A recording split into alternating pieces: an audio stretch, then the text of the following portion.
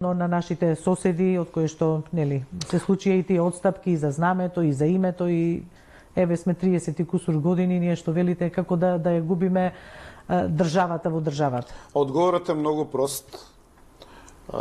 Негативна селекција.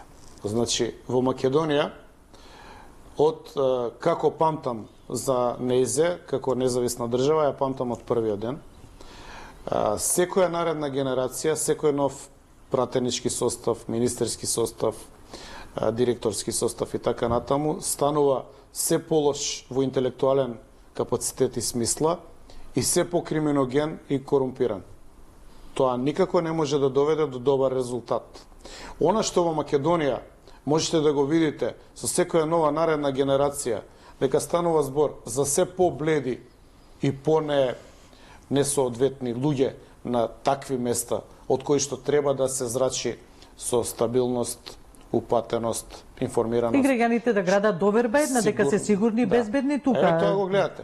Ние се расправаме дали некој имал лажна диплома за англиски јазик, се расправаме колку дипломи за факултети, магистратури и докторати се лажни, колку луѓе си купиле на овој или на оној универзитет. Ама нека има расправа за тоа, само јавното мнение не треба на тоа да се сосредоточи, сакам да кажам. Нека си се движат тие процеси, треба да се тие луѓе се во државни фотели. Да.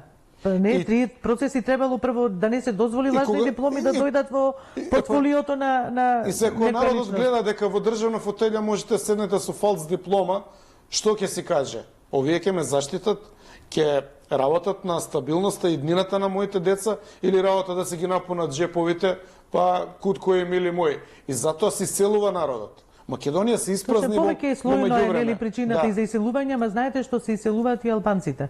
Така, таа тенденција е присутна и таму. А што мислите дека кај нив нема фалс дипломи, дека нема негативна селекција? Не, дека нема. Па нели гледате дека само принцип на политика на насилие се применува? Дека не се применува никаков позитивен критериум? Дека ние не гледаме луѓе кои што се, да речеме, ајде, интелектуално способни, дека се начитани, дека се спремни за дебата. Знаете дека, еве, се сеќаваме, ние сме биле во преку 50 емисии заедно. Интелектуалецот не е недоволно гласен, некако. Не зборувам за овие што се појавуваат како аналитичари или вие што се осмелите, затоа велам, значи, од уметничките редови зборуваме, јас скоро имав 20 представници, викам, каде сте? Зошто ве нема? Зошто ова? Замолчени си. Они кои гледаат дека има заговор на медиокритетите, дека идиотите маршираат, свикаат, ја ли со ова ќе се расправам?